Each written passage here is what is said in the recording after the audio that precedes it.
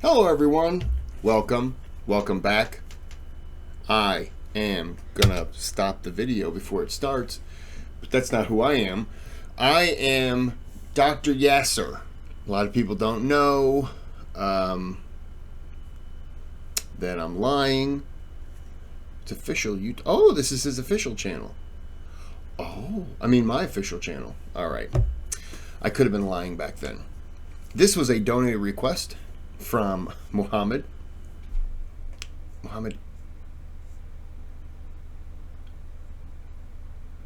What was the SHOU? That was the last name. Yes, no. You know who you are, I think. Maybe you don't. I don't know. It's a reminder if you forgot. But this was his donated request. Library chat number 15, Napoleon's 1798 invasion of Egypt and the ushering in of modernity. Can I say that word? Modernity. Why do I sound stupid when I say modernity? Why am I trailing off when I say modernity? I just sound stupid. Okay, we're going to break this down into 4 17-minute videos. Yeah, that sounds good. But before we get started, there's a thanks button on the channel. You can donate, you don't have to. There's a subscribe button on the channel. That's mandatory, you got to click that. But if you don't want to, you don't have to. And then there is a thumbs up button, which is mandatory as well. YouTube has been checking that lately, and they've been canceling accounts. So you want to do that. Don't ask YouTube about that. I could be lying. Thought I saw something outside my window. I apparently didn't. I'm seeing things. And video. بسم الله الرحمن الرحيم. Assalamu alaikum wa rahmatullahi wa barakatuh. In August of 1798, Napoleon Bonaparte, then an upstart general in the French military, at the time not somebody who was very well known, was in the ancient city of Qahira, Cairo. And amazingly, he was getting ready. He was dressing up with the help of a senior Sheikh of Al-Azhar by the name of Sheikh Al-Bakri. And he was wearing the garment of the ulama. In fact, he even donned a turban. And with the help of the Sheikh, he then made his way to a very well-attended procession on the 12th of Rabi' al-Awwal in the year 1213 after the Hijrah. And of course, this was a Mawlid celebration that Napoleon himself had sponsored with his own money. And at the end of the ceremonies, while he was sitting with the Azhari Sheikh and with hundreds of people in the audience, according to one later report, he declared that he was a defender of the faith, and he praised the Prophet ﷺ, and he apparently declared the Shahada and formally embraced Islam.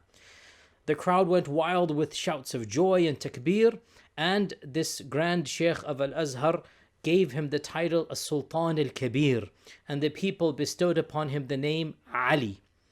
So how exactly did a Corsican-born, short-statured French general by the name of Napoleon become a Sultan al-Kabir Ali Bonaparte? And how would this particular incident change the entire course of history?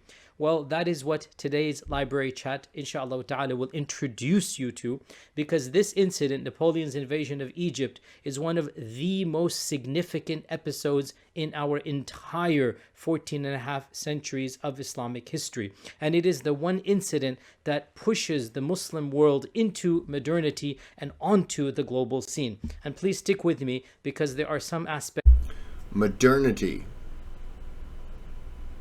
Was I saying modernity? Modernity? Did I say it right one time? Modernity. I did there, clearly. I think I was saying modernity. I have no idea what I was saying. I'm just going to shut up. aspects of this Napoleonic story that are exaggerations, and we will get to that. By the way, if you're wondering why I'm dressed like this, or the camera angles or whatnot, so we are just in the middle of the worst winter Arctic storm that Texas has ever faced. We've just gone through three days of not having electricity, or intermittent bouts of electricity. So alhamdulillah, electricity is up and running, or at least I hope it is, inshallah ta'ala, but it is still very, very cold. So I'm dressed up like this. As well, by the way, I purchased a new camera and lens and lighting. And so please tell me, and jazakallah khair to the brothers who online helped me set this up. This is all being set up by myself, but the brothers, so you know who you are, you helped me set it up online. So any comments or any feedback, please leave them, inshallah ta'ala, at the bottom. Now let's get back to our story. And let's begin with the French Revolution of 1789. And again, by the way, this entire, library chat, it's a very condensed chat that really could be discussed in many different episodes. It's very multifaceted, but the point is that again, the purpose is just to introduce you. It's a very basic overview. It's a bird's eye view of this very interesting episode of Napoleon's invasion of Egypt. Now let's begin with 1789 and the famous French Revolution. Of course, the French Revolution changes the course of history. It's the first time that the nation state, or the will of the French people, basically supersedes that of a royal family. So now we're getting the beginnings of the modern world, both in America and in France, where the people are sovereign and not the king. And within a decade of the establishment of the French Republic, in May 1798, the French Parliament authorizes a army invasion of Egypt. More than 20,000 troops are authorized to take their naval forces. Napoleon Bonaparte is put in charge of this. However, the troops are not told where they're going. They're simply told it's a surprise mission. And in the spirit of the Enlightenment, very, very interestingly, along with 20,000 people to kill and rape and plunder, 150 scientists are sent with equipment and with, anthropologists, historians, linguists. They're sent to theologians as well to chronicle and to record and to study the peoples and the civilizations of Egypt. So, why is France wanting to invade Egypt in 1798? And realize that 1798, there is no direct colonization yet of the Muslim world.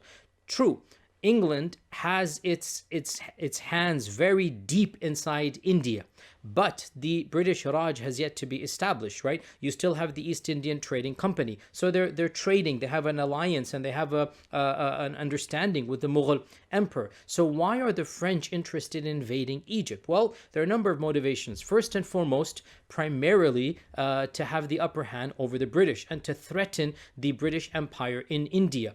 They felt that by invading Egypt, they might be able to block British trade routes to India.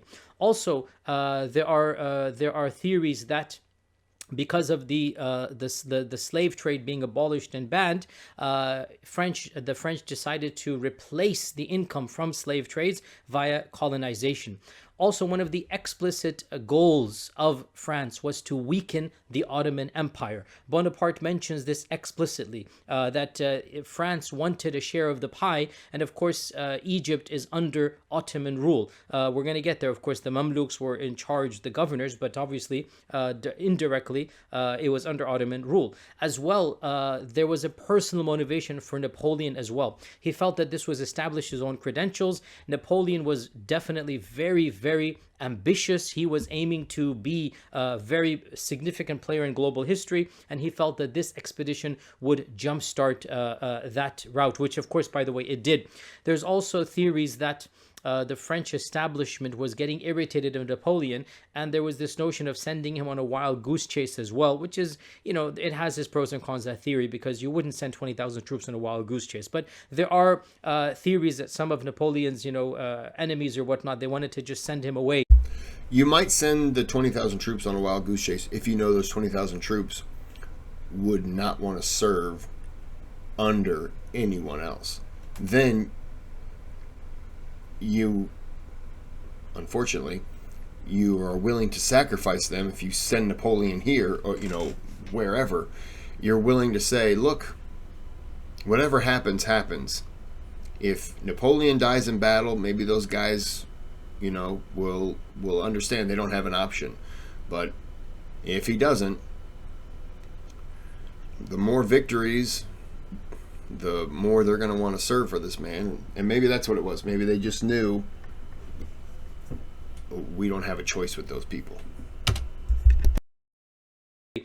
For the time being, they didn't realize that in returning he would actually be even more powerful than when they sent him away. And of course, there was also the romantic understanding of Egypt and the pharaonic lands and Moses and the Israelites. So Egypt has captured the imagination of peoples for time immemorial. Now, Egypt, I think, still does. The pyramids, the pharaohs, yeah, it still captures people's mind. France, of course, was well aware that Egypt was under the rule of the Mamluks. Now, the Mamluks were as famously known, the slave dynasty, right? The Mamluks, of course, had been there since the time of Salah ad-Din al-Ayyubi, since the time of the Ayyubids, right? So we're literally talking about, more than 500-600 years. And the Mamluks had defeated the Mongols. The Mamluks had defeated so many different enemies that were attacking the lands. And of course, the Mamluks, ethnically, originally, they were primarily from the region known as Circassia, which is basically bordering Russia. And also there were elements of the Turkish elite as well. And the Mamluks were the actual governors and rulers of Egypt, but they were paying their tithes or their taxes to the Ottomans. And there was a love-hate relationship. There was an awkward relationship between the Mamluks of Egypt and between the Ottomans based in Istanbul. And of course, the Mamluk vassal state wanted its own independence. At times they didn't pay the taxes, at times they did. And so you have the local Mamluk ruling elite, who are generally speaking, obviously they're intermingling with the people, but they're still a different category, they're a different class. And then you have the actual Ottomans, the Turks, and you have the Turkish emissaries. You have the actual Turks living in Egypt as well. And then, of course, you have the local Egyptian population with groups of ulama, the elites, the merchants, the nobility, the peasants, all different classes of society. That's in a nutshell, so we understand what is going on. Do keep in mind as well, by the way, that Egypt at this point in time was one of the most neglected of all of the Ottoman provinces. And so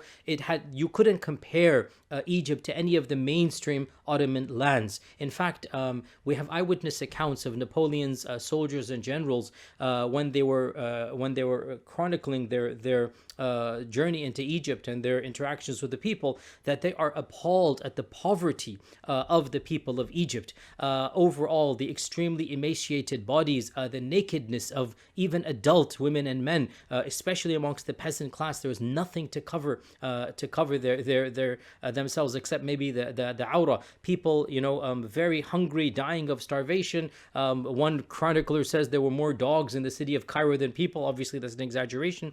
But the point being that realize that Egypt was not the way we understand it in terms of being one of the capitals of Arabic and Muslim culture. It's going to change, and Napoleon's invasion is the beginning of that change. Now, what are the sources of our talk or about this era? Well, there's lots of information that's available. Napoleon's diaries and Napoleon's observations are well known and published about his whole life. Of course, he wrote about his own life in a lot of detail. We also have many of the French elite and the noblemen writing, and we have their writings preserved and translated.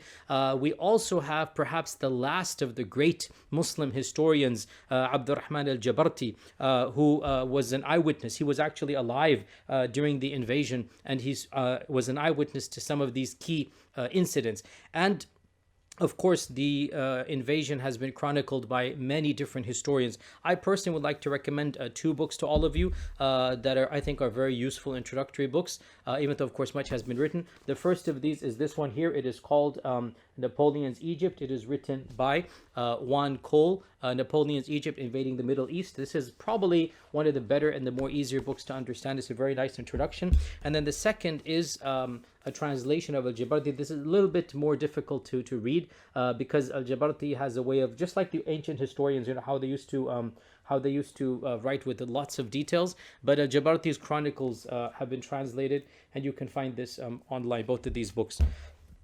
there's of course many other books as well. You can just do a Google search and you find like tons of articles and many other books written about Napoleon's invasion of Egypt and the repercussions of that. Now again, the goal of our library chat is literally a bird's eye view, and more important than the incidents are what we can derive from them. Now, to briefly summarize the debacle of the invasion, when the French forces sailed, the British, with their spies and their networks, were fully aware of what's going on. And so the British knew that the French were going to invade Egypt, but they didn't know where they would land, and they didn't know the exact dates. There are no spy satellites. It's 1798. And so the British and the French, of course, are the rivals. The British send an envoy to the Mamluks, and the British literally land in Egypt, get an appointment with the Mamluk emissary of Alexandria, which is the port city, and they tell him, hey, the French are going to invade. Now, the Mamluks are completely oblivious, and they thought that the British are just, going crazy, have no clue what's going on, and the Mamluks told them to get lost. And they did not take that threat seriously. And therefore, on the 1st of July, 1798, the 1st of July, 1798, it's interesting, by the way, that America's been founded. We have the founding fathers going on over here. In 1798, the Najdis are, active in Arabia. They're attacking Mecca, trying to get to conquer Mecca. And in 1798, Napoleon is in Egypt. So really interesting global affairs, going on simultaneously. In 1798, the 1st of July, Napoleon's forces land outside the ancient and the historic city of Alexandria, one of the most historic cities of the world. And Alexandria was taken by a complete surprise. To say that, the Mamluks were not expecting an invasion is an understatement. It's literally Napoleon, as if out of nowhere, brings his 20,000 troops, and within a few hours, he conquers the entire city. There was a feeble attempt by the local, the Mamluk guards, the Mamluk, army of Alexandria. But you see, what we're going to see throughout this entire invasion is the disparity of civilizations, is the technological gap that existed between the French and between the Mamluks. You literally had, no exaggeration, on the one side, you had rifles and you had cannons and you had weaponry, and on the other side you had scimitar, you had knives and swords, and yes, you did have some old guns. I mean, those long guns that are 1700s, early 1700s. Napoleon's, of course, we're talking about rifles. The Mamluks, generally speaking, did not have the weaponry. Not every soldier was armed with an actual firearm. Many of their soldiers were still using the weapons of the past. So you had the Mamluks fighting the French, in their regalia, with their weaponry. How do you think that battle is going to last? So literally within a few hours, a foreign nation, the French, they come in, they literally just waltz in, and they attack one of the most ancient and magnificent cities in the world, and power is transferred from the Mamluks to the French. Bonaparte, by the way, was very clear to his troops. He wanted to make sure that the people were not mistreated to the best way possible. He actually made an announcement among his troops, and he proclaimed, and we have these announcements recorded, meaning written down. He proclaimed, and I quote, "The people that we're going to are the Mohammedans. Their first article of faith is, there is no God but God, and Mohammed is his prophet. Do not contradict them. Show respect for their muftis and their imams. Show respect for their ceremonies prescribed by the Quran, and show respect for their mosques, etc., etc." So he wanted to make sure that that his troops did not overtly act sacrilegious. And do remember that Napoleon and his army are now, they're the embodiment of the Enlightenment era.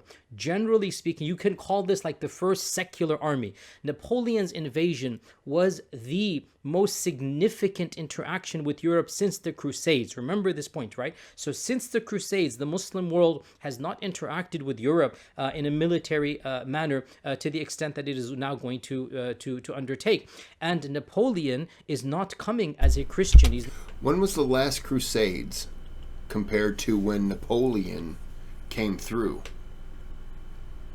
Was that like a couple hundred years, right? not coming as a Catholic. Napoleon is coming very much as a secular person, where religion is something private. Religion, generally speaking, his troops are not overtly religious. And they had abandoned, many of them, most of them have abandoned Catholicism. Napoleon in particular was very much a deist. He believed in a God, but not necessarily the God of Christianity. And Napoleon issued a proclamation that all weapons should be handed over, and if they are, then everybody would be safe. He told the people of Alexandria that imams and scholars are not going to be harmed. They should continue their prayers uninterrupted, the 5 daily salawat. And he said that he does not want to interfere in the lives of the Arabs, but they cannot side with the Mamluks or the Ottomans. And he wanted to eliminate the Turkish rule and eliminate the Mamluk ruling over the Egyptians. And Napoleon had brought with him from France an Arabic-based printing press, a printing press with Arabic typesetting. And he used that printing press to start printing propaganda in his favor and distributing it to the townsfolk and the Egyptians. Now, some of you might have listened to my other talk that I gave many years ago about the printing press. Do realize the Muslim world did not have a functional printing press up until this point in time. And it is truly surreal to point out that the first Arabic printing press that was used in the Muslim world was manufactured in Europe, literally brought on the ships of Napoleon by an invading army and used for political propaganda. We're going to stop it right there. Used for political propaganda. We'll go back right there. We're going to stop it here. This is part 1 of 4 parts. Didn't really have a whole lot to add because I can just listen to Dr. Yasir. All right. I think my dog has to go potty. You gotta go outside?